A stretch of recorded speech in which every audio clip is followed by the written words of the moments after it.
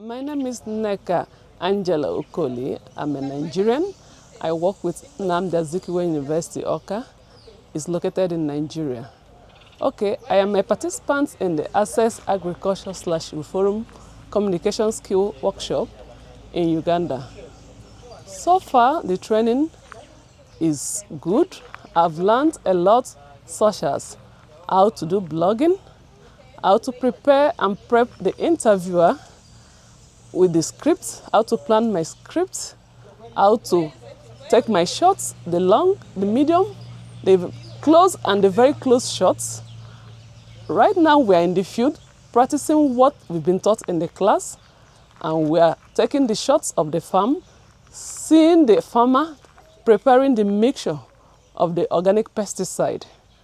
And afterwards we're going to interview him on the ways he's preparing the mixtures and the impact of the pesticide on the crops and the pests in general.